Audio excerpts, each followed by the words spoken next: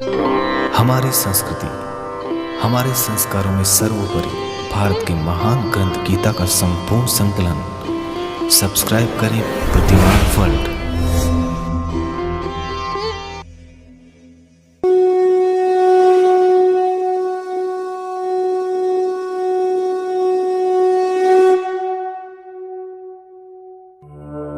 श्री कृष्ण ने अर्जुन को माध्यम बनाकर समस्त विश्व को श्री गीता के रूप में जो महान उपदेश दिया है, यह अध्याय उसी की अवतारणा के रूप में है।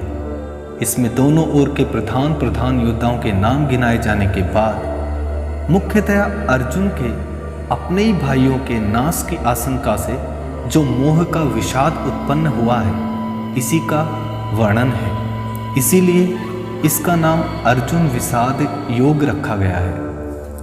जब दोनों ओर से युद्ध की पूरी तैयारी हो गई, तब भगवान वेदव्यास जी धृतराष्ट्र के पास आकर और उनसे कहा, यदि तुम घोर संग्राम देखना चाहते हो तो मैं तुम्हें दिव्य नेत्र प्रदान कर सकता हूँ। इस पर धृतराष्ट्र ने कहा, ब्रह्मर्षि, मैं कुल के सत्याकांड को अपनी आंखों से देखना तो नहीं चाहता, परंतु युद्ध का सारा वृतांत भली भांति सुनना चाहता हूँ। तब महर्षि वेदव्यास जी ने संजय को दिव्य दृष्टि प्रदान की और धृतराष्ट्र से कहा, संजय तुम्हें युद्ध का सब वृतांत सुनाएंगे। युद्ध की समस्त घटनाओं को ये प्रत्यक्ष देख, सुन और जान सकेंगे।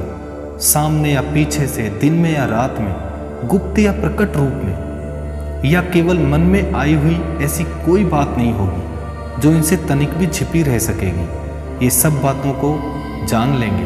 इनके शरीर में न तो कोई शस्त्र छू जाएगा और न इन्हें जरा भी थकावट होगी।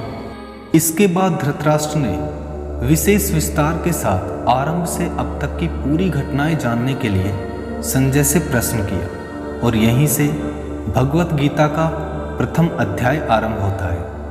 इसके आरंभ में धृतराष्ट्र संजय से प्रश्न करते हैं, धर्म क्षेत्रे कुरुक्षेत्रे समवेतायुयुत्सव मामकः पांडवाश्चैव किम कुर्वत संजय। धृतराष्ट्र बोले, हे संजय, धर्मभूमि कुरुक्षेत्र में एकत्रित युद्ध की इच्छा वाले मेरे और पांडु के पुत्रों ने क्या किया। धृतराष्ट्र जानना चाहते हैं कि युद्ध के लिए एकत्रित इन लोगों ने युद्ध का प्रारंभ कैसे किया, कौन किससे कैसे भिड़े, किसके द्वारा कौन किस प्रकार और कब मारे गए। क्या धर्म क्षेत्र के प्रभाव से मेरे पुत्रों की बुद्धि सुधर गई और उन्होंने पांडवों का स्वत्व देकर युद्ध नहीं किया। क्या धर्मराज युधिष्ठिर ही धर्म क्षेत्र के प्रभाव से प्रभावित होकर युद्ध से निवृत्त हो गए हैं। क्या अब तक दोनों सेनाएं खड़ी ही हैं या युद्ध हुआ ही नहीं, और यदि हुआ तो उसका क्या परिणाम हुआ।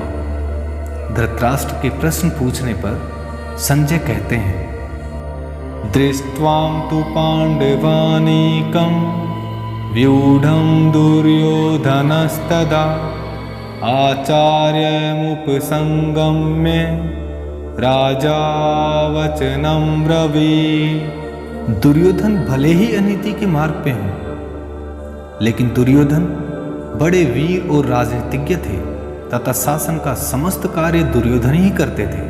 भाव यह है कि पांडव सेना की व्यूह रचना इतने विचित्र ढंग से की गई थी कि उसको देखकर दुर्योधन चकित हो गए और अधीर होकर स्वयं उसकी सूचना देने के लिए द्रोणाचार्य के पास दौड़े चले गए।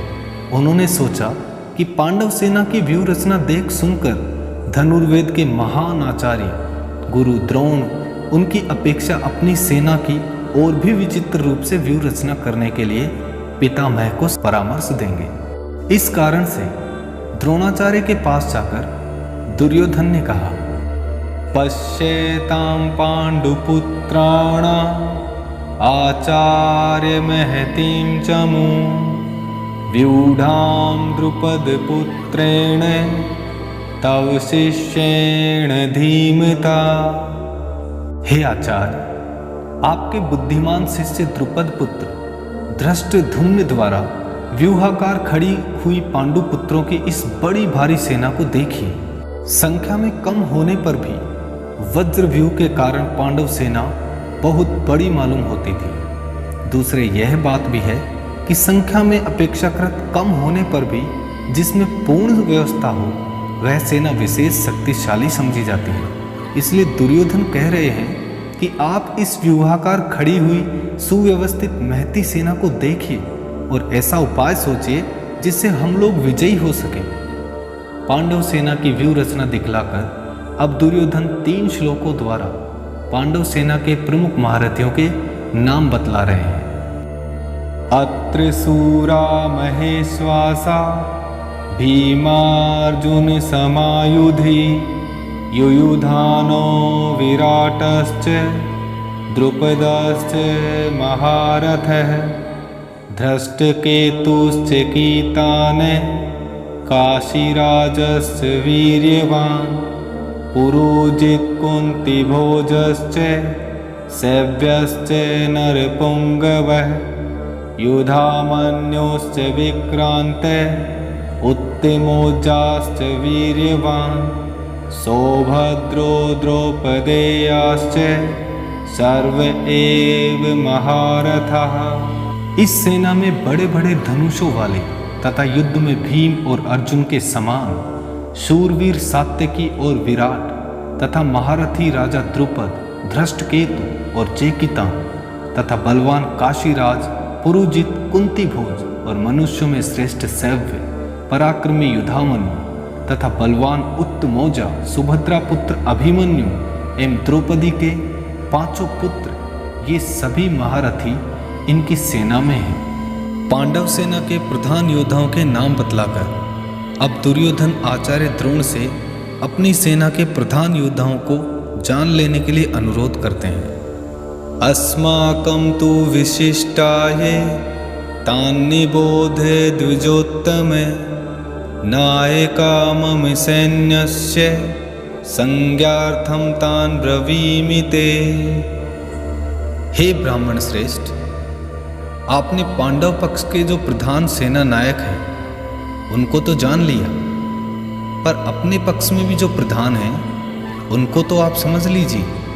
आपकी जानकारी के लिए मेरी सेना में जो जो सेनापति हैं उनको मैं आपको बतलाता हूँ। अब दुर्योधन 2 श्लोकों में अपने पक्ष के प्रधान वीरों के नाम बतलाते हुए अन्य वीरों के सहित उनकी प्रशंसा करते हैं।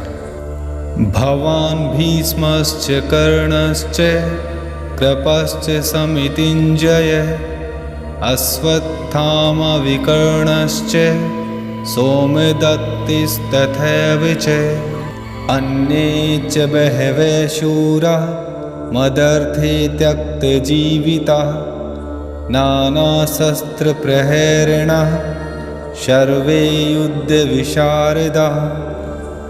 दुर्योधन अपनी सेना के महान सूरवीरों को देखकर खुश होकर द्रोणाचार्य को नाम गिनवा रहे हैं और कह रहे हैं कि आप द्रोणाचार्य और भीष्म पितामह तथा कर्ण और संग्राम विजय कृपाचार्य तथा वैसे ही अश्वत्थामा विकर्ण और सोमदत्त का पुत्र भूरिश्रवा जैसे महान बलशाली पराक्रमी शूरवीर हमारी सेना में हैं जो किसी भी सेना को पल में परास्त कर सकते हैं।